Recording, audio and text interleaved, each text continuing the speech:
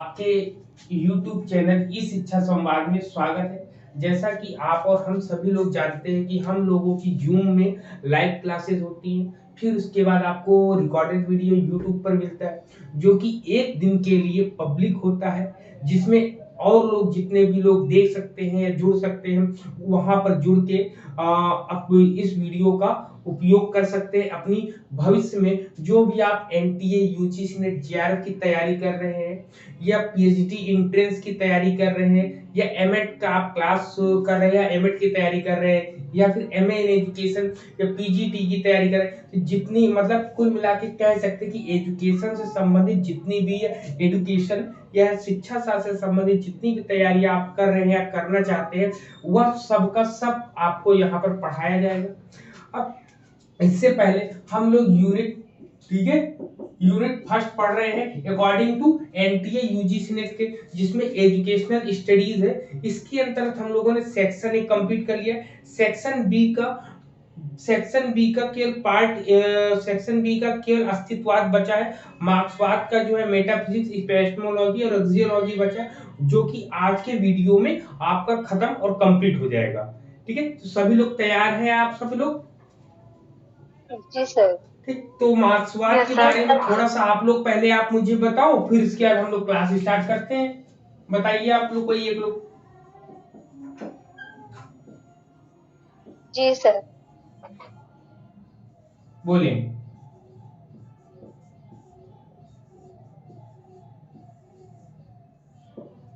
हाँ, बताइए मार्क्सवाद के बारे में। नेहा है, सविता सिंह जी हैं, शैलवी हैं। जी सर। बोले कोई। कार्ल मार्क्स ने ही पहले तो हीगल को ही माना और बाद में इन्होंने हीगल के ही जो एब्सोल्यूट आइडियलिज्म है ना उसको रिजेक्ट किया। स्टार्टिंग में इन्होंने माना और उस बाद में उस चीज को रिजेक्ट किया। और मनोज सर, इनके जो फंडामेंटल प्रिंसिपल है ना वो पढ़ के मुझे ऐसा लग रहा है कि इनका फंडामेंटल प्रिंसिपल जो टेलर थे ना, टेलर के साइंटिफिक मैनेजमेंट था, यूनिट 9 में हम लोग पढ़े थे। उनकी जैसा लग रहा है। जैसे वो टेलर बोलते थे कि मानव के, ह्यूमन के दो ही नीड होते हैं, एक तो फिजिकल नीड और इकोनॉमिक नीड। और जैसा जो इंसान काम करना चाहता है, जो मतलब जिसमें जो एक्सपर्ट है उसको वही काम दिया जाए। तो यहाँ पे जो आपने हम लोग को पिछली क्लास में बताया था, जो 10 फंडामेंटल प्रिंसिपल थे इनके, मार्क्सिज्म के, उसको पढ़ने के बाद निचोड़ इसमें भी वही चीज निकल रहा है। क्या ये सही है? हाँ,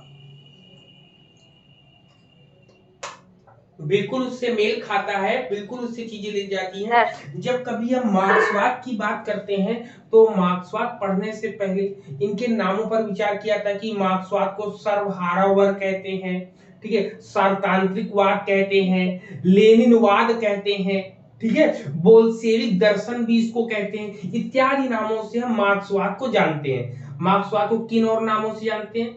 सबसे पहले लेनिनवाद के नाम से जानते हैं, ठीक है, दूसरा बोल्शेविक दर्शन के नाम से जानते हैं, तीसरा सारतांत्रिक दर्शन के नाम से जानते हैं, इत्यादि इसके नाम हम लोग को मिलते हैं। तो जब कभी हम बात करते हैं मार्क्सवाद की या मार्क्स दर्शन की, तो इसकी पृष्ठभूमि, जैसा कि हम लोग जितने भी क्लासेस हम लोगों ने करी हैं, जितने भी फिलोसफीज पढ़े हैं, जो भी चीजें पढ़ते हैं, सबसे पहले ये देखते हैं कि उसका प्रमाण कहाँ मिल रहा है, वो ऑथेंटिक कैसे माना जाए। तो इसको ऑथेंटिक मानने के लिए एक पुस्तक का नाम मैंने बताया था, तो आप लोग को किसी को याद हो तो बताओ। जी sir, Das Kapital. Das Kapital. तो दास कैपिटल पढ़ने, दास कैपिटल में ही मार्क्सवाद की विचारधारा या मार्क्सवाद फिलॉसफी हम लोग को पढ़ने को मिलती है। उसी के अंदर पूरी की पूरी चीजें हम लोग को मिलती है इसमें। तो इसमें मुख्य रूप से रूस में, याद रखिएगा, इसमें मुख्य रूप से रूस का जो अत्याचारी शासक था, वो बहुत ही परेशान करता था वहां के लोगों को। तो उन सब चीजों को बंद करने के लिए काफी ये प्रभावित थे। बात आती है कि मार्क्स दर्शन की शुरुआत या इसकी आधारशिला किसके आधार पर रखी गई। जैसे हम देखते हैं कि विवेकानंद जी को अगर हम ले लें, तो वो शंकराचार्य जी के अद्वैत वेदांत से काफी प्रभावित थे, या और भी अनेक चीजों को हम लेते हैं, कोई ना कोई किसी न किसी चीज से प्रभावित होता है। तो उसी प्रकार कार्ल मार्क्स थे। कार्ल मार्क्स भी मुख्य रूप से 3 बातों पे प्रभावित हुए। सबसे पहले हीगल से प्रभावित हुए थे। हीगल के किससे प्रभावित हुए? द्वंद्वात्मक से प्रभावित थे, जिसको डायरेक्टिव मेथड बोलते हैं, उससे ज्यादा ये प्रभावित हुए थे। दूसरा, ब्रिटेन की क्रांति जो थी उससे प्रभावित हुए थे, ठीक है, और एक फ्रांस की क्रांति थी उससे प्रभावित हुए। तो इन तीनों के समावेश को ले चलते हुए इन्होंने अपनी विचारधारा को दास कैपिटल इनकी 2 पार्ट में डिवाइड है। पहला पार्ट इनके जीवन काल में ही बना, और दूसरा पार्ट जो है इनकी जब मृत्यु हो गई थी उसके बाद जो है इनके दूसरा पार्ट वॉल्यूम 2 लिखा गया है, ठीक है। तो ऐसी चीजें हम लोग काफी चीजें पढ़ने को मिलती है। हम लोगों ने इनके फंडामेंटल्स पढ़े हैं कि फंडामेंटल प्रिंसिपल्स क्या होते हैं। तो इनके फंडामेंटल जब प्रिंसिपल हम लोगों ने पढ़े थे उसमें बहुत सी चीजें हम लोग को मैक्स वेबर के जो मैक्स वेबर की साइंटिफिक मैनेजमेंट थ्योरी है उसके अंतर्गत हम लोगों में काफी मेलजोल देखने को मिलता है। क्यों? क्योंकि उस समय भी जो है वैज्ञानिक प्रविधियों का, वैज्ञानिक चीजों का ज्यादा प्रयोग किया जाता था कि वहां पर जो श्रमिक वर्ग है वो ज्यादा परेशान हो। वहां पर भी श्रमिक वर्ग के लिए काम किया गया, यहाँ पर भी श्रमिक वर्ग के लिए ही काम किया गया, आम जनता के लिए काम किया गया। इसीलिए इन्होंने हीगल के एब्सोल्यूट आइडियलिज्म को रिजेक्ट किया था, और एब्सोल्यूट आइडियलिज्म को रिजेक्ट करने के बाद हीगल के ही किसके डायलेक्टिक द्वंद्वात्मक भौतिकवाद को इन्होंने एक्सेप्ट किया था, ठीक है। तो यहाँ पे ये कहानियां चलती हैं। जब इतनी कहानियां हम लोगों ने पढ़ ली, इनके लाइफ स्केच के बारे में भी पढ़ा कि ये शुरुआत में तो हम लोग जो भी दर्शन हम लोग जो देखते हैं इनके शुरुआती आरंभ में जो था उनको हम देखते हैं कि शुरुआत में ये हीगल को बहुत ज्यादा मानते हैं, लेकिन जब और लोगों से समाज में मिलते हैं, बैठते हैं, उठते हैं तो बहुत सी चीजें देखते हैं, तो वहां पे वर्ग भेद ज्यादा होता है। तो वो जो है फिर इनके एब्सोल्यूट जो प्रारंभिक जो थे एब्सोल्यूट आइडियलिज्म को रिजेक्ट करने के बाद ये जो इनके डायलेक्टिक मेथड को भी एक्सेप्ट करते हैं, बहुत सी तमाम चीजें लेकर तब ये आगे बढ़ते हैं। तो आज हम लोग बात करेंगे, बेसिक चीजें हम लोगों ने क्लियर की, आज हम लोग बात करेंगे मेटाफिजिक्स, ठीक। मेटाफिजिक्स की बात करेंगे जिसको हम लोग तत्वमीमांसा बोलते हैं, ठीक है। मेटाफिजिक्स की बात हम करेंगे तो तत्वमीमांसा की बात जब हम करेंगे इसमें देखिए सबसे पहले क्या चीजें इन्होंने बोली है, ठीक है। इसमें सबसे पहले हम लोग देखेंगे कि ये क्या चीजें हम लोग को बताना चाह रहे हैं। तो मेटाफिजिक्स में जब कभी हम लोग बात करते हैं तो शुरुआत से हम लोग बात करते आ रहे हैं कि जब कभी मेटाफिजिक्स की बात करेंगे तो उसमें वर्ल्ड की बात करेंगे, संसार की बात करेंगे। कि सबसे पहले हम लोग देखते हैं कि आइडियलिज्म की बात करते हैं, तो आइडियलिज्म कैसा मानता है, स्पिरिचुअल वर्ड होता है, फिजिकल वर्ड होता है, दोनों में से एक को चूज करेगा, तो वो स्पिरिचुअल वर्ड को चूज किया। फिर जब हम लोग रिलीजन में जाते हैं तो रिलीजन में दोनों वर्ड रहते हैं, दोनों वर्ड में किसको प्रायोरिटी देगा, तो वो आपको फिजिकल वर्ड को ज्यादा प्रायोरिटी देता है। फिर इसके बाद आप आएंगे नेचरलिज्म में। नेचरलिज्म में कहता है कि हम दोनों को नकारते हैं, हम केवल मानेंगे किसको, नेचर के द्वारा, जो भी नेचर के द्वारा जो एलिमेंट्स होते हैं, जो तत्व होते हैं, उनके द्वारा जिसका निर्माण होता है उसी को उन्होंने संसार माना है, ठीक है। तो यहाँ पे ऐसी चीजें, जब प्रैग्मेटिज्म में हम आते हैं, प्रैग्मेटिज्म में कहता है ऐसा कोई संसार नहीं होता है, वो कहता है, इन्होंने मेटाफिजिक्स को ही रिजेक्ट कर दिया था। मेटाफिजिक्स जब प्रैग्मेटिज्म पढ़ते हैं तो प्रैग्मेटिज्म में मेटाफिजिक्स को रिजेक्ट किया।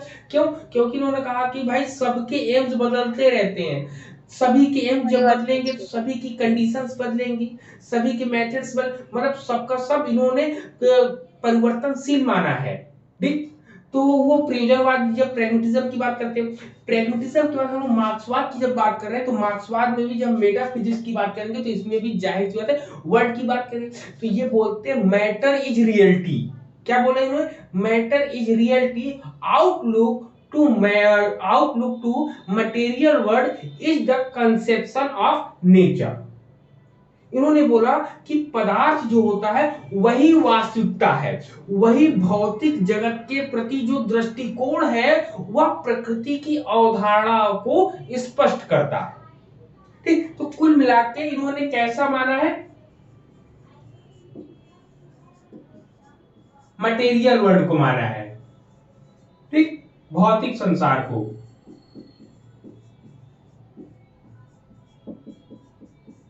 क्लियर है सबको? मेरी आवाज आ रही? सभी लोग बताओ। जी सर, क्लियर ठीक है है सर। हाँ, मटेरियल वर्ड को इन्होंने माना है। जब इन्होंने मटेरियल वर्ड को मान लिया तो पहला पॉइंट तो हम लोग को क्लियर हो गया कि जब कभी वर्ड की अगर बात करेंगे तो इन्होंने मैटर को ही ज्यादा वरीयता दी है। ठीक है, इन्होंने एक्सेप्ट किया है। फिर इसके बाद इन्होंने क्या कहा, इन्होंने कहा कि जब मैटर को मारा तो कुछ लोग भाई वहां पे ईश्वर को मानने वाले भी थे, तो इन्होंने कहा कि ये जो पदार्थ है यह ईश्वर से भी परम वास्तविकता, मतलब ये जो पदार्थ है ये ज्यादा इसको अच्छा माना। क्यों? क्योंकि इन्होंने कहा कि जो चीज हमें दिखाई देगी, जो चीज हम जिसको महसूस कर सकते हैं, जो चीज शाश्वत हो, शाश्वत का मतलब होता है जो हमें प्रतीत हो, जो हमें आभास हो। ठीक है, तो इन्होंने बोला कि ईश्वर रहित जो दर्शन होता है उसी को हम मानेंगे। मतलब matter is ultimate real than God. क्या बोला? मैटर, ये लाइन याद रखिएगा, matter is ultimate real than God, लिख लीजिएगा। ठीक है, ये लाइन लिख लीजिए, मैटर इज अल्टीमेट रियल। ठीक है, matter is ultimate real than God.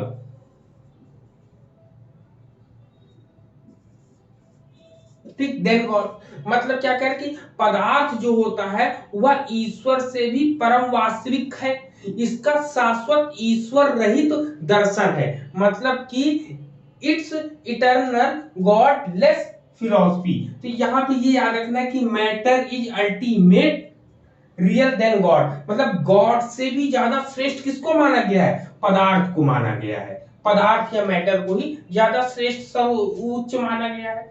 ठीक है, तो यहाँ पे ये पॉइंट क्लियर हुआ। फिर इसके बाद ये क्या बोलते हैं,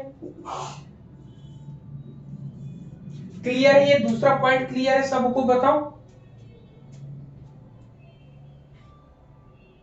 यस सर।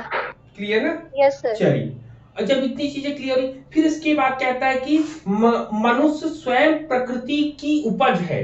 मतलब मनुष्य जो है ये प्रकृति के द्वारा ही बनाया गया है। कह रहे कि man itself is the product of nature, productive animals, मतलब एक उत्पादक जानवर के रूप में मनुष्य को भी इन्होंने माना है। इन्होंने कहा कि life is the product of non living matter, मतलब जीवन निर्जीव पदार्थ की उपज है।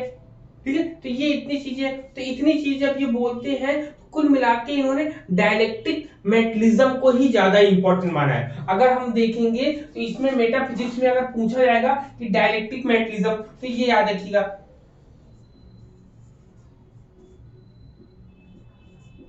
ठीक, डायलेक्टिक, ठीक, डायलेक्टिक मेटलिज्म जिसको हम लोग बोलते हैं द्वंद्वात्मक भौतिकवाद। क्या बोलते हैं? द्वंद्वात्मक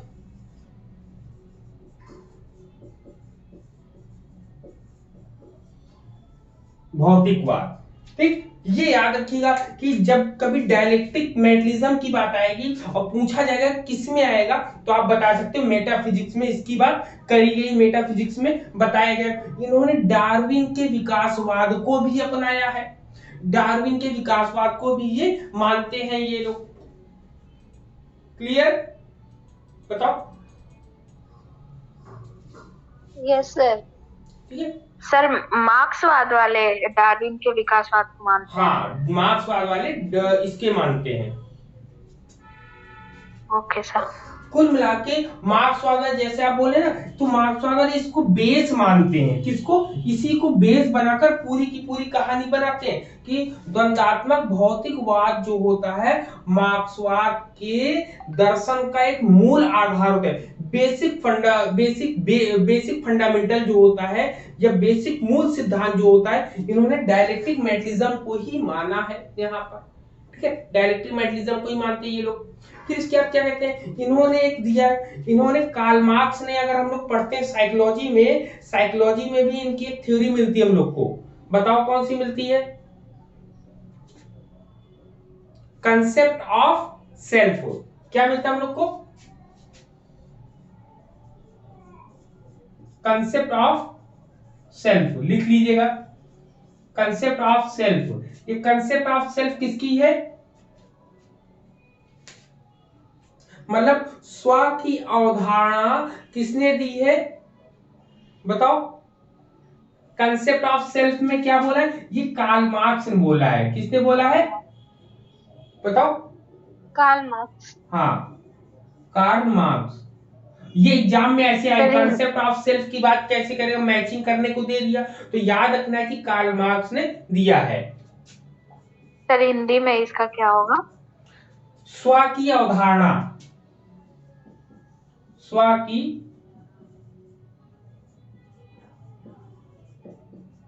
अवधारणा, ठीक, स्व की अवधारणा। अब ये कंसेप्ट ऑफ सेल्फ में बात क्या कही गई है, कह रहे हैं कि concept of self Karl Marx made it clear that, देखिए मेड इट क्लियर दैट, क्या मेड इट क्लियर दैट, कहते हैं स्व की अवधारणा कार्ल मार्क्स ने यह स्पष्ट किया कि जीवन चेतना से निर्धारित नहीं होता है। क्या बोला है, जीवन, ठीक है, क्या बोला है, जीवन चेतना से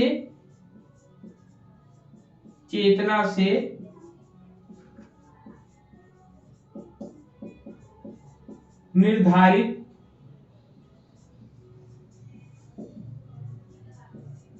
नहीं होता है। ठीक है, क्या बोला है इन्होंने, बोला है कि लाइफ इज नॉट डिटरमाइंड, क्या बोला है, लाइफ इज नॉट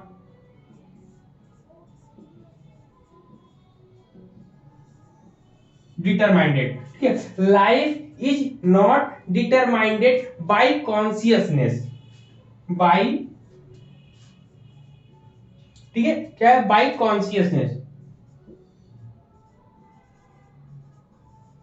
ठीक, बाय कॉन्शियसनेस, ठीक है, बाय कॉन्शियसनेस। अब यहां पर यही लाइन याद रखना है, ठीक है, सबसे इंपॉर्टेंट लाइन उन्होंने यही बोला है, क्या बोला है कि यहां पर जीवन चेतना से निर्धारित नहीं होता है। अब यही लाइन, यही एक कोटेशन आपको दे दिया जाएगा, अब पूछ लिया जाएगा किसने बोला है। अब ये हम लोग ढूंढते रहेंगे तो मिलते नहीं, तो ऐसी चीजें हम लोग को यहाँ पे मिलेगी। तो कार्ल मार्क्स ने बोला है, फिर इसके क्या कहा है, लेकिन जीवन द्वारा चेतना और जीवन से उनका मतलब वास्तविक जीवन होता है, जो कि दैनिक या भौतिक जीवन से हम लोग चलते हैं। ठीक है, तो इसके लिए उन्होंने बोला कि द्वंद्वात्मक भौतिकवाद को ही इन्होंने सब चीजों का ही आधार बनाया है। ठीक है, द्वंद्वात्मक मतलब कुल मिला के जब ये नहीं है, तभी तो इन्होंने बोला है कि द्वंद्वात्मक, द्वंद हमेशा दो लोगों में हमेशा क्या चलता रहता है, द्वंद चलता रहता है, विरोधाभास एक दूसरे के चलते रहे, तभी विचार जो है मूव करती रहती, चलती रहती है। तो इसीलिए बताया इन्होंने। तो ये लाइन हम लोग को याद रखना है, कार्ल मार्क्स ने क्या बोला है।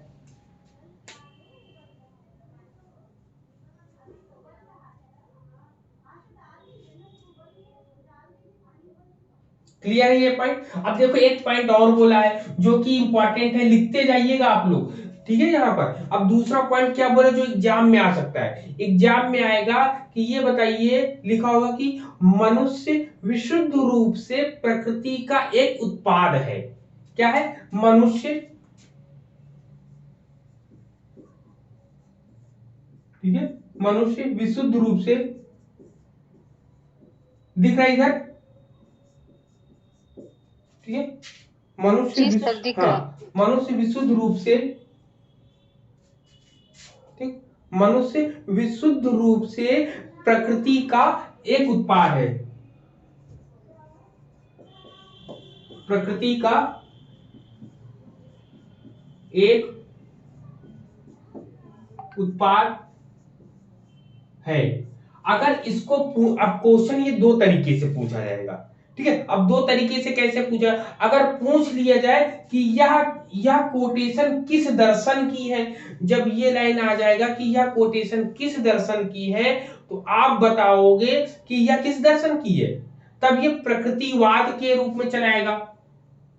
लेकिन अब इसी के आगे एक लाइन और जोड़ दिया जाए और कहा जाए, इसमें एक लाइन और जोड़ कह दे कि और प्रकृति के बाहर, और प्रकृति के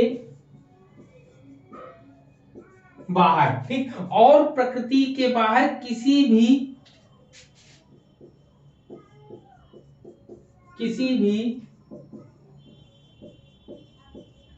शक्ति, ठीक है, किसी भी शक्ति का परिणाम, किसी भी शक्ति का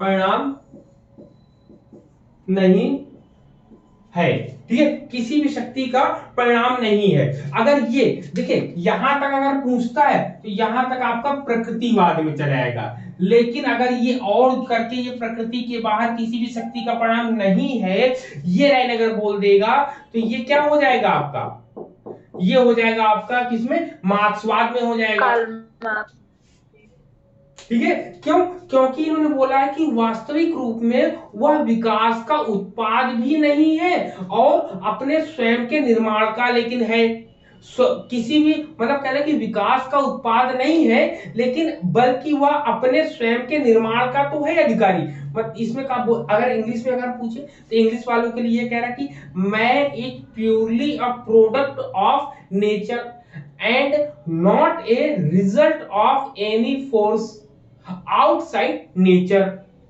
ठीक है, आउटसाइड नेचर ये है।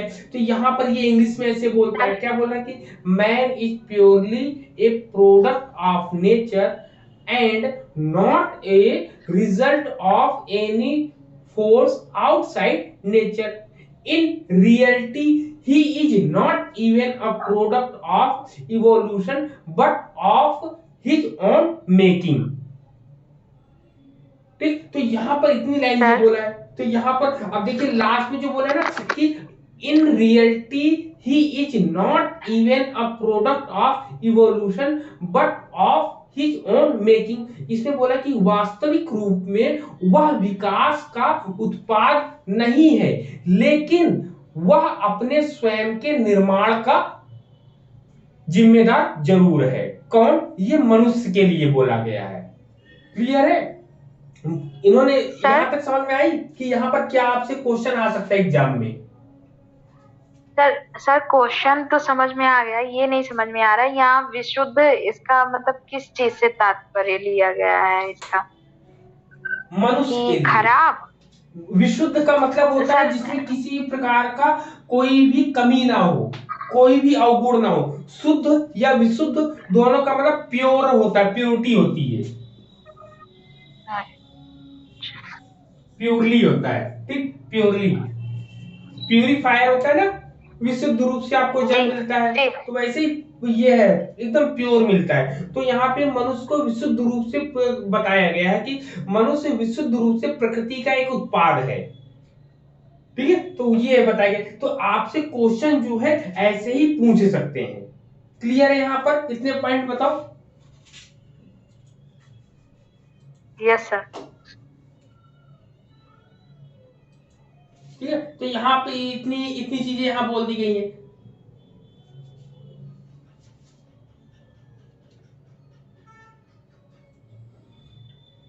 अब एक लाइन आ जाएगा एग्जाम में, क्वेश्चन अगर आ जाएगा ये लिख दे, कहेगा कि man is a productive animal, क्या लिख दिया है, man is a productive animal. अब man is a productive animal, ये किस आएगा, किस फिलॉसफी में आएगा, तो आप बताओगे ये मार्क्सवाद में आएगा, क्योंकि मार्क्सवाद में ही कार्ल मार्क्स ने बोला कि मनुष्य एक कैसा प्रोडक्टिव उत्पादक प्राणी है। कैसा प्राणी है, उत्पादन करने वाला एक प्राणी है या उत्पादन करने वाला एक जानवर है। तो ये अगर कोटेशन आती तो ये कोटेशन आप लोग लिख लीजिएगा, यही इंपॉर्टेंट है आपके लिए ना, कि यही इंपॉर्टेंट है कि एग्जाम में कैसे क्वेश्चन आएंगे। तो यहीं से लाइन एक रख देगा और यहीं से क्वेश्चन आपके बन जाएंगे कि man is a productive animal, तो ये आपका मेटाफिजिक्स में आएगा। बहुत सी इसमें ऐसी चीजें मिलकर आएंगी हम लोग के लिए। सर एनिमल का यहाँ पे प्राणी से लिया जाएगा? हाँ, प्राणी से लिए थे ना एनिमल के लिए। ओके सर, ठीक। अब इतनी चीज जब क्लियर हो गई तो यहाँ पर ये सब चीजें हम लोग को देखने को मिलती है। क्लियर हुआ यहाँ पर इतनी चीजें? बताओ मेटाफिजिक्स से रिलेटेड जो आपके क्वेश्चन बन सकते हैं मैंने बताया पूरे यहाँ पर। मेटाफिजिक्स क्लियर हुआ?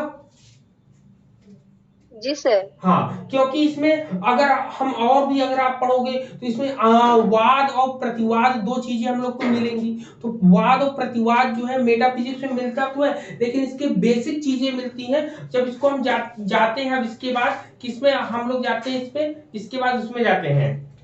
एक कोटेशन भी लिख लीजिएगा, एक कोटेशन अगर आए तो कोटेशन को भी लिखिए, कार्ल मार्क्स का ही कोटेशन है, ठीक है, हिंदी में है, लिख लीजिए। लिखिए, संसार की आदि सत्ता, संसार की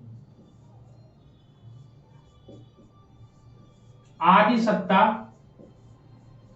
ठीक है, संसार की आदि सत्ता आध्यात्मिक ना होकर भौतिक है।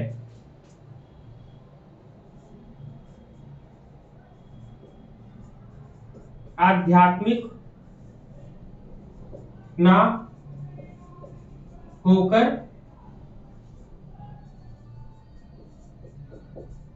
भौतिक है। तो ये आपका किसने बोला, कार्ल मार्क्स ने बोला है, ठीक है। ये लाइन भी याद रखना है हम लोग को।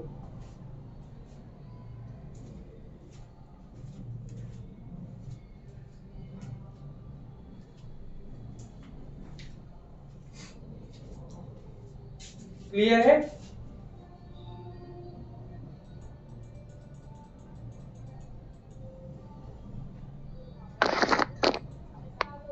जी सर। ठीक है, क्लियर है? जी सर। ठीक, तो अब इसको हम साफ करते हैं, फिर आगे इसके बाद हम लोग मेटाफिजिक्स, अब इसमें चलते हैं इपिस्टेमोलॉजी में, ठीक है। इपिस्टेमोलॉजी में हम लोग नॉलेज की बात करेंगे कि इनको नॉलेज मिली तो नॉलेज में इनको क्या क्या चीजें मिलेंगी। अब हम लोग देखेंगे कि इन्होंने कैसे नॉलेज की बात करी है। मेटाफिजिक्स समझ में आ गया कि मेटाफिजिक्स से क्वेश्चन कैसे बनेंगे तो हम कैसे उसको पुट अप करेंगे। सर बोले, वो जो फॉर्म हम लोगों का आया था कि मतलब जून में नेट का एग्जाम इस बार पड़ेगा, तो सर 2 महीने में कैसे 9 यूनिट कंप्लीट होगा? उसकी टेंशन क्यों ले रहे हो जाएगा वो ना। सर क्यों? सर ऐसे नहीं ना होगा कि मतलब डीपली नहीं होगा, ऊपर ऊपर से हो जाएगा? नहीं, हो जाएगा, सब हो जाएगा, सब होगा ना, टेंशन नहीं लेना है। जी सर। हो जाएगा। पहला यूनिट और थर्ड और रिसर्च ही बड़ा है, बाकी सब सर तो 3-3 4 बाकी सब बाकी बहुत आराम से हो जाएगा, उसकी टेंशन नहीं है। बस आप लोग को क्या करना है कि अपनी स्ट्रेटजी अपने साथ रखना है। अभी एक या 2 दिन के बाद से क्या करेंगे हम, क्वेश्चन, अब हम क्या करेंगे, क्वेश्चन पेपर भी लगवाना शुरू कर देंगे। तो हम क्या करेंगे, 2004 से पेपर उठाएंगे और डेली रूटीन में क्वेश्चन पेपर सॉल्व कराते रहेंगे। दोपहर के टाइम 1 बजे या 2 बजे स्टार्ट करेंगे, तो उसमें 1 घंटा जिसको टाइम मिलता है तो साथ में करेगा लाइव, नहीं मिलता है तो बाद में करें। लेकिन क्वेश्चन पेपर हमारे साथ जो लोग सॉल्व करेंगे उनकी हैबिट बन जाएगी डेली रूटीन में सॉल्व करने की। तो 1 घंटे पेपर डेली सॉल्व करेंगे हम लोग, तो वहां से प्रैक्टिस करना भी हम लोग शुरू कर देंगे वहां से। जी सर, इसीलिए 2 ही महीने बचे हैं और मतलब पूरा नॉलेज है नहीं, तो इसीलिए डीपली में पढ़ना पड़ेगा उसको।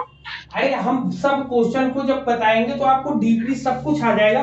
बस ये पहली यूनिट काफी लेंदी थी और बड़ी थी, और ठंडी की वजह से 1 ही घंटा के पढ़ाते थे ना, ठंडी होने की वजह से, तो इसलिए था। अब समय जितना मिलेगा उतना हम लोग कवर कर लेंगे ना, उसके लिए परेशान नहीं होना है। तो अब चलते हैं इपिस्टेमोलॉजी की तरफ। जब चलते हैं तो इपिस्टेमोलॉजी में मुख्य रूप से अगर हम देखें तो इसको इन्होंने इसमें इन्होंने मुख्य रूप से कुछ चीजों को मानी थी, ठीक है। इन्होंने समाज को, कुल मिला के इन्होंने समाज के लिए ही काम किए थे। जब समाज के लिए काम किए थे, समाज के इन्होंने 3 अंग माने थे। किसके? समाज के कितने अंग माने? 3 अंग माने हैं, ठीक है, 3 अंग माने हैं। अब 3 अंग कौन से हैं देख लो। 3 अंग का मतलब हुआ, इसमें 3 अंग कौन कौन से होंगे, किसी को पता हो तो बताओ। एक होता है, इन्होंने माना है सबसे पहले वाद बोला है, दूसरा बोला है प्रतिवाद बोला है, और तीसरा बोला है संवाद।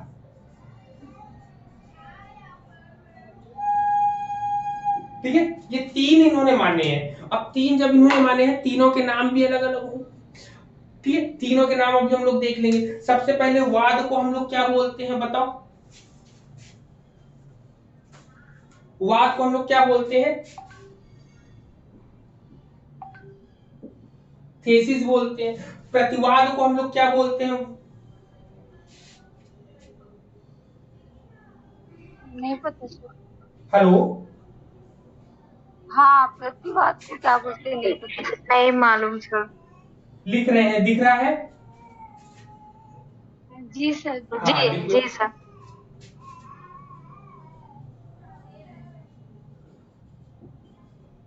ठीक है, इसको बोलते हैं संश्लेषण भी बोलते हैं। ठीक है, संश्लेषण भी बोलते हैं। देखिए, आप लोग को वो थोड़ा सा ये हेजिटेशन जरूर होगा कि सिलेबस कैसे खत्म होगा, तो हम आपको बता देते हैं कैसे खत्म होगा। अभी क्या है कि जैसे आज हमने मेटा, आपका आज में ये मार्क्सवाद खत्म हो जाएगा, कल सुबह और कल शाम के में जो है आपका अस्तित्ववाद खत्म हो जाएगा। ठीक, सोशियोलॉजी मुश्किल से 3 दिन में ही खत्म हो जाएगा, क्योंकि 3 टाइम जब पढ़ाएंगे, सुबह भी पढ़ाएंगे, 5 बजे भी पढ़ाएंगे और 9 बजे पढ़ेंगे। जब 3 क्लासें चलेंगी आपकी, तो उस समय सोशियोलॉजी जो है नहीं मात्र 2 से 3 दिन में खत्म हो जाएंगे, 3 दिन में। फिर उसके बाद नहीं जो नहीं सर, थिंकर्स जब आप 2 ही बचेंगे, टाइम पढ़ाइए। नहीं हेलो, थिंकर्स जब हम आप पढ़ाएंगे। 2 ही टाइम पढ़ाइए। हम्म। हेलो, आप 2 ही टाइम पढ़ाइए, बट ठीक रहिए सर, प्लीज हाँ, सर। नहीं नहीं वो लंबा ध्यान समय रखेंगे उस चलना चीज है। का। काफी सेफ जोन में हम भी रहेंगे, ताकि आगे की हाँ चीजों को, जैसे ही आपकी फर्स्ट यूनिट प्लीज। खत्म हो जाएगी, तो सेकेंड यूनिट जो है उतनी नहीं है। सेकेंड यूनिट में एजुकेशनल हिस्ट्री है, जिसमें ज्यादा कहानियां नहीं बतानी है हमको, ज्यादा चीजें जो जैसी है उसको वैसी बता के आगे चलते चलेंगे, ऐसा ही तो होगा। और सब चीजें आपकी फटाफट होती जाएंगी ना। जी सर। जी ना, सर। हाँ, जी तो सर। उसके लिए परेशान नहीं होना सर। रहना, हो जाएगा सब। जी सर, हेल्थ को लेकिन ध्यान में रख के सर हाँ हाँ हाँ, पढ़ाइए। हेल्थ को जरूर ध्यान वही तो रखेंगे। मैं भी बोल ठीक रही हूँ, है, अब प्लीज चलिए, अब जो भी प्लीज। डिस्कस होना है हम लोग यहीं पर होना है, इसी पर हम लोग डिस्कस करेंगे। तो सबसे पहले हम लोगों ने पहले भी पढ़ लिया है कि भौतिक द्वंद्वात्मक भौतिकवाद, जिसको डायलेक्टिक मेटलिज्म बोलते हैं। डायलेक्टिक मेटलिज्म को भी इन्होंने भी आधार बनाया है। जब आधार बनाया है तो एक क्वेश्चन आता है आपसे, क्वेश्चन क्या आएगा? ठीक, डायलेक्टिक आएगा। सबसे पहले डायलेक्टिक के फाउंडर कौन आए होंगे? डायलेक्टिक के बताओ। हेलो, हेलो, मेरी आवाज आ रही? जी सर। बताइए। सर जी सर। सर हीगल ही होंगे क्या? हाँ, हीगल होंगे, ये आपके हीगल हो हाँ। जाएंगे। जी सर। हीगल हो जाएंगे। ठीक, हीगल हो जाएंगे। लेकिन यहीं पर अगर आपका आ जाएगा डायलेक्ट, आपका दूसरा आ जाएगा डायलेक्टिक मेटलिज्म। ठीक, मेटलिज्म आ जाएगा। जब कभी ये लिख कर आएगा तो यहां पर आप लिखो कार्ल मार्क्स का नाम लिखेंगे। किसका? ठीक, कार्ल मार्क्स का। ये चीजें ध्यान रखना है, क्योंकि एग्जाम में ऐसे ही गलती होंगी, या एग्जाम में दोनों चीजें एक साथ आ जाएंगी ना, तो हम लोग घूम जाएंगे। तो हमें घूमना नहीं है। अगर आपसे आ जाएगी डायलेक्टिक प्रणाली को क्या बोलते हैं? System, dialectic system. ठीक, डायलेक्टिक सिस्टम भी अगर लिख कर आएगा तो वो हेगल का ही होगा। ठीक है, हेगल का ही हुआ। ये क्वेश्चन आएगा कहां पर? अब माइंड में ये भी क्वेश्चन चल रहा है, तो ये क्वेश्चन ज्यादा से ज्यादा फर्स्ट पेपर में पूछा जाता है। ठीक है, सब्जेक्ट में कम, फर्स्ट पेपर में ज्यादा पूछा जाता है ये क्वेश्चन। तो वहां के लिए याद रखना कि डायलेक्टिक सिस्टम की बात करेंगे, हीगल आएगा। डायलेक्टिक मेटलिज्म, ये मेटलिज्म जो जुड़ गया है, अगर मेटलिज्म को अगर जोड़कर बात करेंगे तो कार्ल मार्क्स का नाम आएगा। ठीक है, अब बात आएगा कि हीगल के लिए और क्या आएगा, तो एक क्वेश्चन और यहां से, बुद्धि संगत तत्व की बात अगर हम बात करेंगे, तो हीगल ने ही जो है इसमें जो है डायलेक्टिक सिस्टम में एक चीज मानी थी, रेशनल। ठीक है, क्या मानता? रेशनल। ठीक है, रेशनल और कर्नेल, रेशनल कर्नेल। ठीक, रेशनल कर्नल जिसको बोलते हैं बुद्धि संगत तत्व, ठीक है, बुद्धि संगत तत्व, ठीक है, बुद्धि संगत तत्व जिसको हिंदी में बोलते हैं। तो ये इसी का ही, हीगल का ही होगा, ठीक है। अगर कभी भी ऐसी चीजें आएंगी तो ये चीजें, ठीक है, ठीक है, चलिए। तो सब लोग हो गया। अब यहाँ पर जो हम लोग बात कर रहे थे किसकी, इनकी बात, कि ये एग्जाम में ऐसे भी अगर आएगा तो ये हो जाएगा। लेकिन अब क्वेश्चन एक ये आएगा कि मार्क्स, शिक्षा के क्षेत्र में मार्क्सवाद को किसने लाया, लिखेंगे शिक्षा के क्षेत्र में, शिक्षा के क्षेत्र में मार्क्स दर्शन या मार्क्सवाद को लाने का श्रेय किसको जाता है, बताओ। जैसे हम प्रयोजनवाद में पूछे कि प्रेगमेटिज्म में शिक्षा के क्षेत्र में लाने का काम किसने किया है, प्रेगमेटिज्म को, बताओ, बोलिए। शिक्षा के क्षेत्र में प्रेगमेटिज्म को, प्रयोजनवाद को लाने का श्रेय किसको जाता है? सर किलपैट्रिक को ना? नहीं, किलपैट्रिक के गुरु का नाम क्या था? Sir John Dewey. तो जॉन डीवी का नाम आएगा वहां पर। अब इसमें शिक्षा के क्षेत्र में किसका नाम आएगा? तो शिक्षा के क्षेत्र में लाने का श्रेय जिसको जाता है वो होते हैं लेनिन, ठीक है। इसीलिए इसको लेनिनवाद भी बोलते हैं। क्या बोलते हैं? लेनिनवाद भी बोलते हैं। क्लियर है पॉइंट? ये क्वेश्चन अगर आए तो ऐसे पुटअप आपको करना है, याद रखिएगा। अगर क्वेश्चन ये आ गया कि मार्क्सवाद को शिक्षा के क्षेत्र में लाने का श्रेय किसको जाता है, आपको दे दिया कार्ल मार्क्स, लेनिन, हीगल, और भी नाम दे दिए गए, और आप लगाकर आओगे कार्ल मार्क्स को और कहोगे कि हम सही करके आए हैं। तब आप किताबों में ढूंढोगे कि कहां कहां मिला, तब जाके आपको मिलेगा। तो पहले से ही याद रखो, शिक्षा के क्षेत्र में जो है लाने का काम किसने किया है? लेनिन ने किया है। या फिर जो एमए का एग्जाम जो देने जाएंगे उसमें उनको डिस्क्रिप्टिव में लिखना है। डिस्क्रिप्टिव में कैसे लिखेंगे कि मार्क्सवाद जो दर्शन है उसको देने का श्रेय तो कार्ल मार्क्स को जाता है, लेकिन शिक्षा के क्षेत्र में किस प्रकार हम प्रयोग करें, उनका कैसे उपयोग करें, तो इसकी बात हमें किसने सिखलाई है? लेनिन ने सिखलाई है।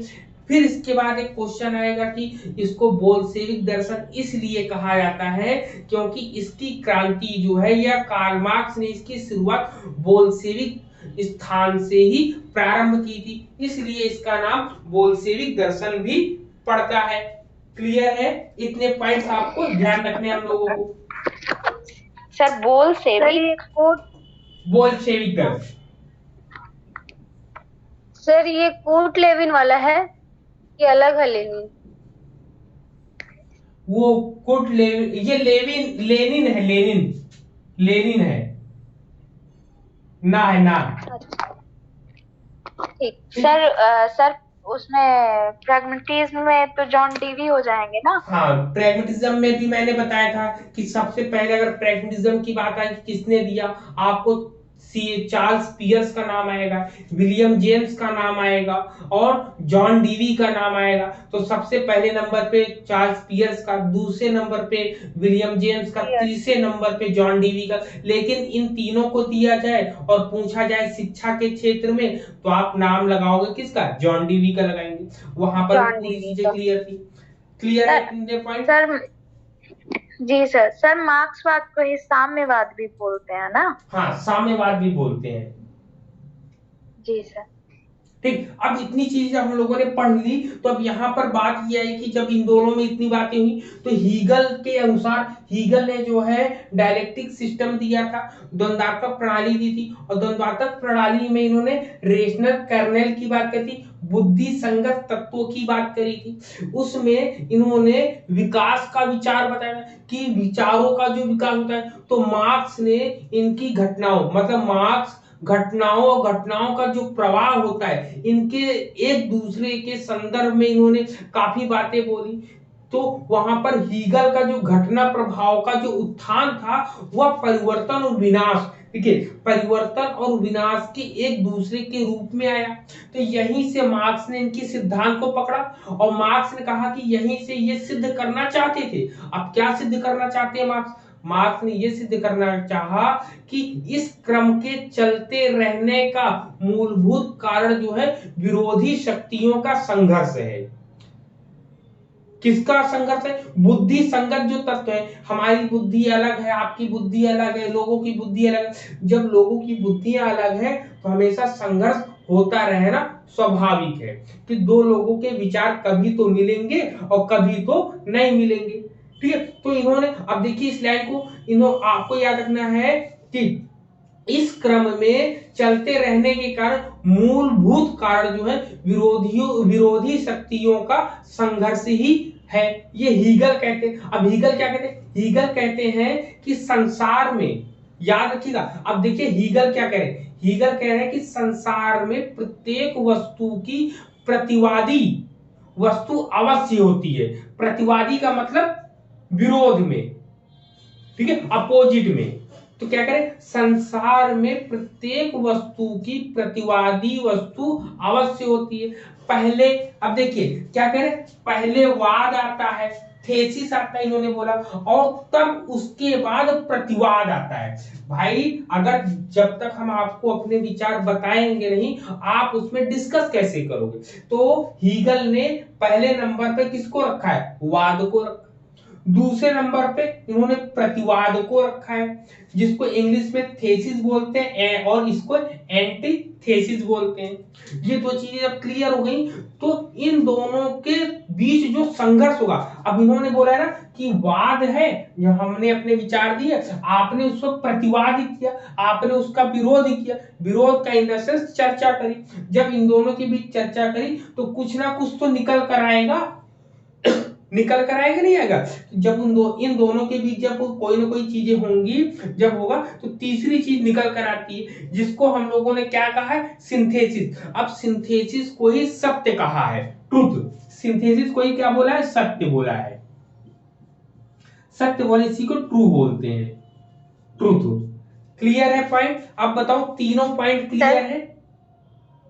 सर ये हीगल के द्वारा दिया गया है। हाँ, हीगल नहीं बोला है। हीगल ने कहा है कि सबसे पहले हम वाद करेंगे, थेसिस कर, फिर प्रतिवाद आएगा, प्रतिवाद एंटीथेसिस आएगा, फिर उन्होंने कहा कि वाद प्रतिवाद जब दोनों मिलते हैं, जब इन दोनों के बीच संघर्ष होता है, तब जाके किसी तीसरी वस्तु उत्पन्न होती है, जिसे हम लोगों ने सिंथेसिस या सत्य कहते हैं। अब यह जो संश्लेषण है, यह जो संश्लेषण है जिसको सिंथेसिस बोलते हैं, सिंथेसिस में वाद और प्रतिवाद दोनों की ही विशेषताओं का समावेश होता है। मतलब दोनों की क्वालिटी किसमें मिलेंगी? अगर आपसे कहा जाए कि वाद प्लस प्रतिवाद बराबर समवाद या संश्लेषण कर दें तो यही तो होगा। मतलब कुल मिला के इसमें दोनों की क्वालिटी मिलेगी आपको। क्लियर है? दोनों की विशेषताएं मिलेंगी। जी सर। सर वो लाइन बोल दीजिए जो आप बोल रहे थे, संसार में प्रत्येक वस्तु। हाँ, संसार में प्रत्येक वस्तु की प्रतिवादी वस्तु अवश्य होती है। संसार में प्रत्येक वस्तु की प्रतिवादी वस्तु अवश्य होती है। जी। ठीक, जब ये कह रहा है कि जब इन दोनों में होता है तो संश्लेषण या संवाद बनता है, तो संश्लेषण संवाद से या सिंथेसिस से एक नए ज्ञान का उत्पन्न होता है, नहीं होता है? तो संश्लेषण से एक नवीन ज्ञान बनता है, ठीक है। लेकिन यार अब देखो, संश्लेषण से जो भी नॉलेज बनेगा वो नॉलेज हमेशा जो है नया बनेगा। जो चीज अगर अब इन दोनों में कोई लड़ाई हो रही है, बात हो रही है, चर्चा हो रही है, या हमारे और आपके बीच में चर्चा हो रही है, आज तो कुछ और निकल कर आया, कुछ दिन बाद कुछ और निकल कर आएगा, कुछ और सच्चाई निकल कर आएगी, कुछ दिन बाद और सच्चाई निकल कर आएगी। तो कहा गया है ये जो सिंथेसिस है ये हमेशा चेंजेबल है। क्या है? बताओ, चेंजेबल है। क्लियर है कि यहाँ पर क्या बोला है जी कि सर। ये जो सिंथेसिस है या जो ये सत्य है ये चेंजेबल है। क्यों चेंजेबल है? क्योंकि वाद और प्रतिवाद बढ़ता जाएगा तो उसमें नई नई चीजें उत्पन्न होती जाएंगी। जी सर। ठीक, तो यहाँ पर ये चीजें हम लोग को क्लियर हो जानी चाहिए। बताओ, इतनी चीजें क्लियर है, सब चीजें? जी सर। ठीक है, तो इतनी चीजें क्लियर होगी तो थेसिस से एंटीथेसिस और सिंथेसिस, ये तीनों पॉइंट हम लोग को क्लियर हो गए। यहाँ पर अब एग्जाम में अगर आएगा तो हम लोग बता सकते हैं कि क्या होता है इसके अंतर्गत, है कि नहीं? बताओ। जी सर, जी सर। हाँ, अब इसमें और भी चीजें क्या हो जाएंगी, अब एग्जाम के पॉइंट ऑफ व्यू से कुछ पॉइंट्स हम लोग नोट कर लेते हैं। सबसे पहले, ठीक है, पहले पॉइंट में कहता है कि ऑब्जेक्टिविटी ऑफ साइंस, विज्ञान की निष्पक्षता। तो ये पॉइंट नोट कर लो। सर, हाँ, ऑब्जेक्टिविटी, बोलिए। सर ये सर यही होगा ना कि वाद, जब हम कोई मतलब पक्ष रखते हैं, वाद अपना बात रखते हैं, तो जो मतलब उसका रिप्लाई मिलता है तो वो प्रतिवाद रहता है। बिल्कुल। और जो हम एक निष्कर्ष पे पहुंचते हैं तो वो हमारा संवाद होता है। संवाद होता है, हाँ, संश्लेषण होता है, कुछ ना कुछ उसमें से निकाल कर हम दे रहे हैं, निचोड़, रिजल्ट जो निकल के आ रहा है ना, कंक्लूजन। जी। ठीक, तो वो आता जी है। सर। अब यहाँ पर जब इसके और भी हम आगे जाते हैं तो इपिस्टेमोलॉजी हमको कुछ चीजें मिलती है जो एग्जाम के पॉइंट ऑफ व्यू से है। जैसे ऑब्जेक्टिविटी ऑफ साइंस की बात करते हैं, मतलब विज्ञान की निष्पक्षता की बात करते हैं। इन्होंने बोला है दूसरे पॉइंट में कि विज्ञान की सच्चाई और सभी धार्मिक आस्थाओं को त्यागें। इन्होंने बोला कि truth of science and discard all religious, मतलब विज्ञान को ही सच माने। दूसरा पॉइंट क्या है? ट्रूथ ऑफ, ठीक है, क्या बोला है? ट्रूथ ऑफ साइंस, ठीक है, और इन्होंने सभी धर्मों को त्यागने की बात करी है। ठीक है, और इन्होंने क्या बोला कि इन्होंने बोला कि perception gives correct impression of things when we directly knowledge of them. इन्होंने बोला कि जब हम उन्हें प्रत्यक्ष रूप से जानते हैं तो उन सब चीजों को धारण भी कर सकते हैं, उनके प्रभाव को समझ भी सकते हैं, मान भी सकते हैं। ठीक है, तो इतने ये पॉइंट्स इनके जो बहुत इंपॉर्टेंट थे, ये थे आपके। इन्होंने प्रैक्टिकल को ज्यादा इंपॉर्टेंट माना है। ठीक, प्रैक्टिकल को इन्होंने ज्यादा इंपॉर्टेंस दी है इन्होंने।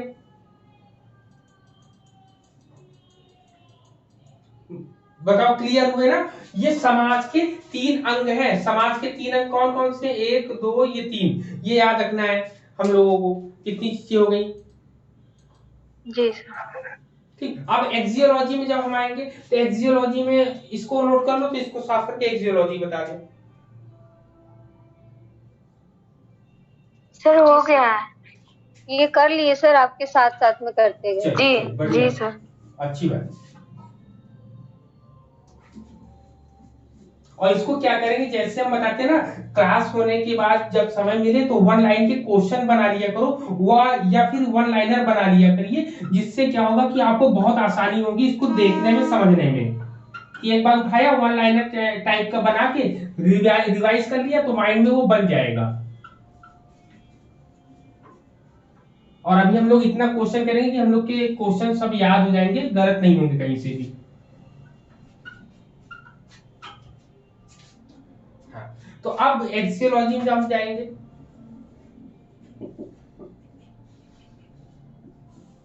ठीक, एक्सियोलॉजी में जब हम लोग जाते हैं, एक्सियोलॉजी, इथिक्स और लॉजिक में अगर हम जाएंगे तो इन्होंने बोला कि all values are rooted in the class struggle of the ये proletariat against the oppression classes. मतलब कुल मिला के इन्होंने सभी मूल्यों को खारिज करते हुए केवल के सर्वहारा वर्ग को ही माना है। सर्वहारा वर्ग को माना है तो इन्होंने शिक्षा की बात भी करी है। इन्होंने शिक्षा के साथ साथ इन्होंने इसमें बोला है कि जितने भी लोग हैं, जितने बच्चे हैं, सबको हाथ से, ठीक है, हाथ से काम करने पर बल दिया कि सभी बच्चों को हस्तकार्य सिखाया जाए, ताकि वो अपने श्रम की, अपने जरूरत की चीजों को वो बना सके और अपने नीड को कंप्लीट कर सके, फुलफिल कर सके। इन्होंने सीसी मतलब इन्होंने कुल मिला के सतत एवं समग्र व्यापक जो है किसकी बात करिए, सीसी का फुल फॉर्म क्या होगा, सतत एवं समग्र मूल्यांकन की बात करी है। समग्र मूल्यांकन, हाँ इन्होंने ये चीजें, कॉम्प्रहेंसिव कंटिन्यूअस इवैल्यूएशन, हाँ ये इसकी बात करी आपकी। और इन्होंने और एक चीज याद रखिएगा इनके की पॉइंट्स में, इन्होंने वार्षिक परीक्षा प्रणाली का विरोध किया है। ठीक है, इन्होंने किसका विरोध किया, वार्षिक परीक्षा प्रणाली का विरोध किया, लिख लीजिएगा सब लोग, वार्षिक परीक्षा प्रणाली का विरोध किया है। ठीक है, विरोध किया है इन्होंने, वार्षिक परीक्षा प्रणाली का विरोध किया है।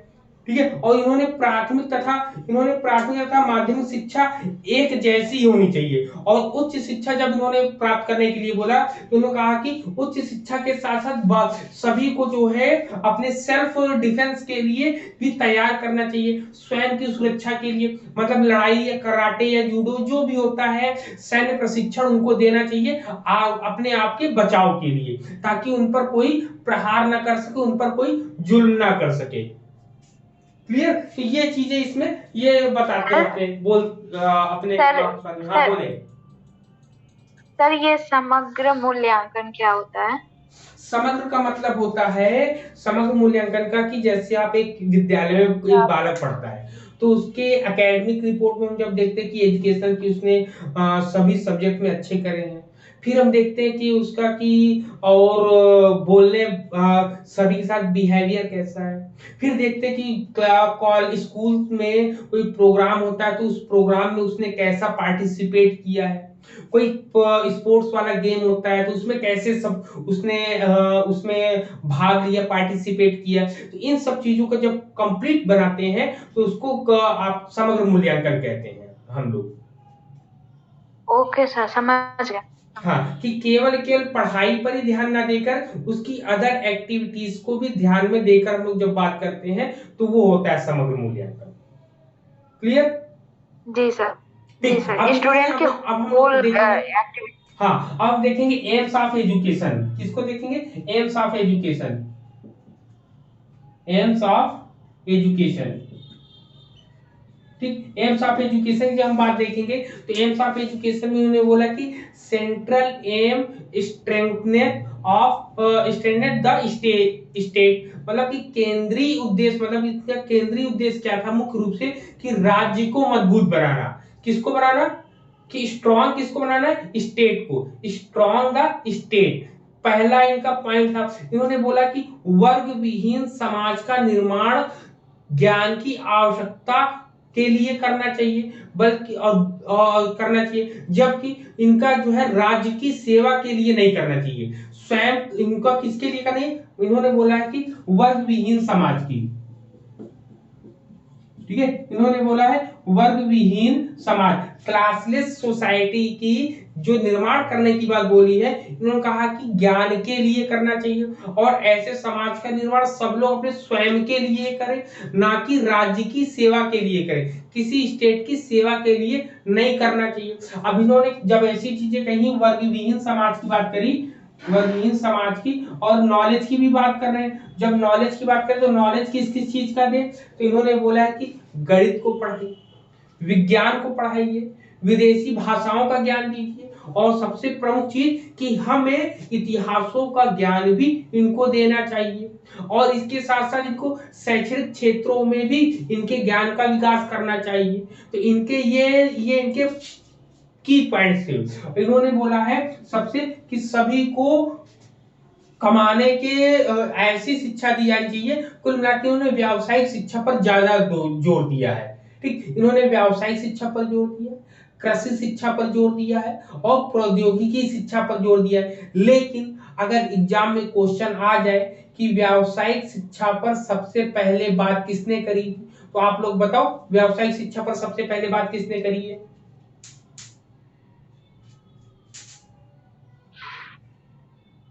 पता है किसी को?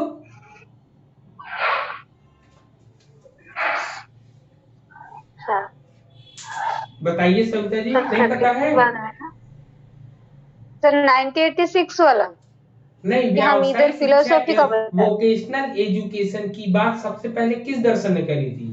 आइडिज्म, रियलिज्म, प्रैग्मेटिज्म, नेचरिज्म?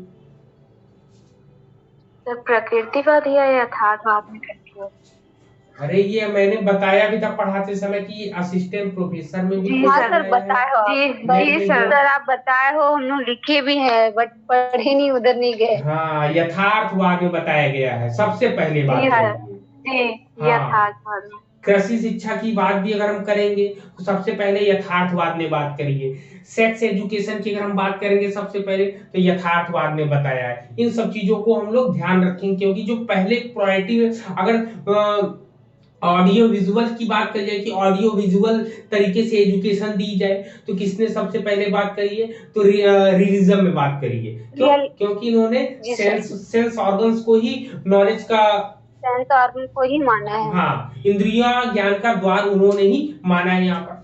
ठीक है, तो यहाँ पर इन्होंने सबसे पहले व्यावसायिक शिक्षा को ध्यान दिया। इन्होंने कहा कि व्यावसायिक शिक्षा के साथ सभी को प्रायोगिक प्रैक्टिकल वर्क भी दिए और फार्मर वाली ट्रेनिंग भी उनको दी जाए कृषि के लिए, ताकि वो किसी पर निर्भर ना रहे। ठीक है, इन सब चीजों पर इन्होंने ज्यादा ध्यान दिया, इन्होंने एम्स ऑफ एजुकेशन में। ठीक है, फिर इसमें अनुशासन की बात करते हैं। अनुशासन में इन्होंने पाठ्यक्रम की अगर हम बात करें तो पाठ्यक्रम में इन्होंने बोला कि प्रोडक्टिव वर्क वोकेशनल एजुकेशन। ठीक है, अब ये लाइन याद रखना है कि दोनों में डिफरेंस कैसे देखेंगे, कि यथार्थवाद वाले में क्या होगा और प्रेगमेटिज्म वाले में, सॉरी, मार्क्स वाले में क्या होगा। तो इसमें लिखा होगा प्रोडक्टिव वर्क वोकेशनल एजुकेशन। क्या लिखा होगा? प्रोडक्टिव वर्क वोकेशनल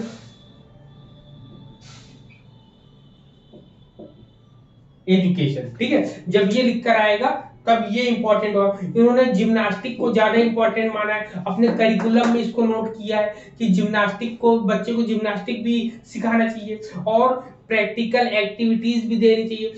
ठीक है, इतनी चीजें सब दी जानी चाहिए। कुल मिलाके जितनी भी चीजें आपको बताई हैं उतनी चीजें इन्होंने बताया, इंपॉर्टेंट रखा है। अनुशासन में इन्होंने आत्म अनुशासन के लिए ज्यादा जोर दिया, मतलब सेल्फ डिसिप्लिन को ज्यादा इंपॉर्टेंस इन्होंने दी है कुल मिला के।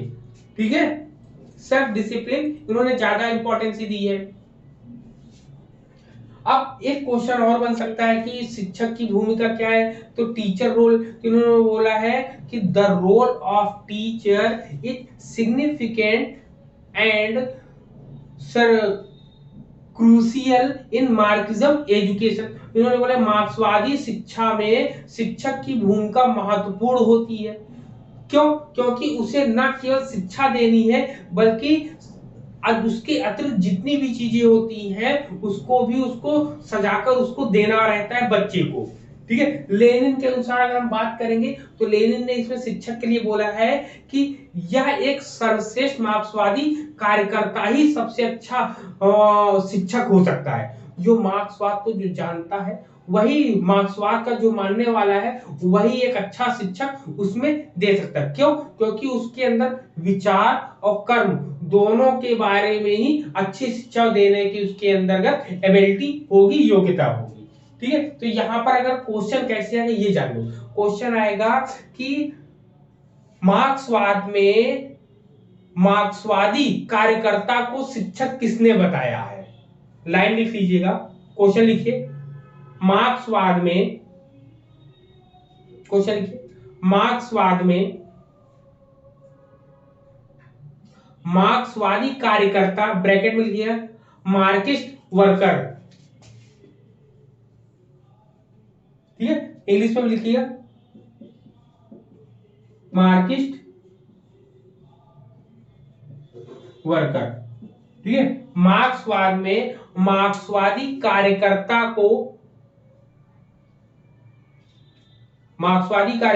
को एक अच्छा शिक्षक किसने बताया है? एक अच्छा शिक्षक किसने बताया है?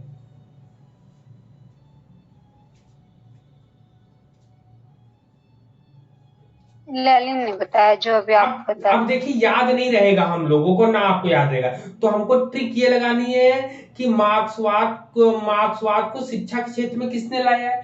लेनिन ने।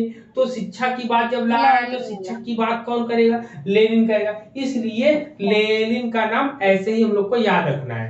क्लियर है पॉइंट? कैसे ओके याद रखना है, ज्यादा सर जोर देकर नहीं। हाँ, तो ये हो सर ये जाएगा। तो टीचर सेंटर्ड होगा ना? हाँ, टीचर नहीं, इसमें टीचर सेंटर्ड नहीं होता है, इसमें स्टूडेंट सेंटर्ड होता है। तो सर स्टूडेंट सेंटर कैसे हो जाएगा, जैसे कि इसमें प्रायोगिक शिक्षा है, ये सारी चीजें। इसमें स्टूडेंट सेंटर इसलिए होगा कि बालक को अनेक तरीकों की चीजें सिखाई जाएंगी, जो मतलब उसकी स्किल के अकॉर्डिंग उसको चीजें सिखाई जाएंगी। वहां पे टीचर एक ट्रेनर के रूप में होगा, और उसको जब कभी कोई टीचर बताएगा किसी भी चीज पे, तो सब चीजों के बारे में नॉलेज दे देगा। अब बच्चे को जो पसंद होगा वही चीजें वो सीखेगा। तो यहाँ पर किसी के ऊपर कोई प्रेशर नहीं होगा। Okay sir. हाँ, लेकिन यहाँ शिक्षक और छात्र दोनों के लिए कठोर अनुशासन ये है कि इनको लड़ाई मतलब कि सैन्य प्रशिक्षण लेना बहुत अनिवार्य है। कोई मना नहीं कर सकता कि मुझे सैन्य प्रशिक्षण नहीं लेना है। क्यों ऐसा है? कि इसका रीजन ये, कोई उन लोगों को गुलाम ना बना सके। मार्क्सवाद में कार्ल मार्क्स ने कहा कि सैन्य प्रशिक्षण इसलिए आवश्यक है क्योंकि दोबारा कोई भी आपको गुलाम ना बना सके, इसलिए सैन्य प्रशिक्षण को इन्होंने जरूरी बताया है। क्लियर है? जी सर। ठीक है, तो ये आपका मार्क्सवाद यहाँ पे कंप्लीट होता है आपका। ठीक, अब अस्तित्ववाद को हम लोग सुबह पढ़ेंगे, और सुबह स्टार्ट 6 बजे आपकी क्लास, 6:15 तक आपकी क्लास होगी। तो सुबह हम लोग मार्क्सवाद को, अस्तित्ववाद को पढ़ना स्टार्ट करेंगे वहां से। ठीक है, जी सर। चलिए, तो आज क्लास यहीं तक रहेगी ना अभी तक? जी बाकी किसी कोई डाउट हो तो बताओ। जी सर। डाउट तो कुछ नहीं है सर, जो आप पढ़ाया पूरा क्लियर है, लेकिन इतना दिन से कुछ नहीं पढ़ा, वो डाउट था। चलिए, नहीं, आप लोग पढ़ा करो, थोड़ा थोड़ा सर बहुत टाइम निकाला करो सेल्फ के स्टडी के लिए, या रिवीजन के लिए टाइम निकालो, रिवीजन भी किया करो, बेटर सर होगा। वो होता है, लेकिन जब क्लास चलती है तो एक कंटिन्यूटी बनी एक रहती है। रिदम बना रहता है। हाँ हाँ हाँ, वो तो है बिल्कुल जरूर, अब वो और कंटिन्यू खुश रहेगा। भी रहते हैं कि आज हम, मतलब एक खुशी भी रहती है दिन भर में, आप चाहे जितना भी काम करा लो, करने के लिए इंसान खुशी खुशी करता है, ये सोच के कि मैंने थोड़ा तो पढ़ लिया। हम्म सर वो प्रेशर बना रहता है दिमाग नहीं, पे। बिल्कुल जरूरी भी है। प्रेशर नहीं नहीं, होगा तो, खुशी रहती अब है, मुझे तो प्रेशर की खुशी बात होती है करोगे कि ना मैंने तो, आधा घंटा पढ़ लिया, अब मुझसे काम करा लो, ऐसा है। कॉलेज का हाँ, काम खुशी खुशी कर लेती हूँ, घर का भी कर लो, ऐसा है। अब जब प्रेशर की बात करोगे ना, तो प्रेशर की बात से मुझे याद आया कि हम लोगों ने उसकी साइकोलॉजी में जब जाते हैं, साइकोलॉजी में मैस्लो के आवश्यकता का सिद्धांत पढ़ते ना, जब अच्छा, आवश्यकता का याद है सिद्धांत सर, पढ़ते हैं, हिंदी बस एक तो याद है। हाँ, तो वहां पर जो प्रेशर पड़ता है, प्रेशर पड़ने की वजह से हम लोग काम करना शुरू करते हैं। ठीक है, तो वैसे ही हाँ कंडीशन है हम लोगों को। ठीक है, तो जी प्रेशर भी हम लोग जी को पढ़ना सर। बहुत है। जरूरी है। यस सर, बिना प्रेशर के कुछ नहीं हो पाता। प्रेशर होना जरूरी है। चलिए, ठीक है, यस सर। चलिए, ओके, सभी को जी good sir, night. Thank you sir. Good night good सभी night, take care sir. Good को। नाइट। ओके, जय हिंद, सभी को जय हिंद। जय हिंद। जय हिंद सर। Thank you sir.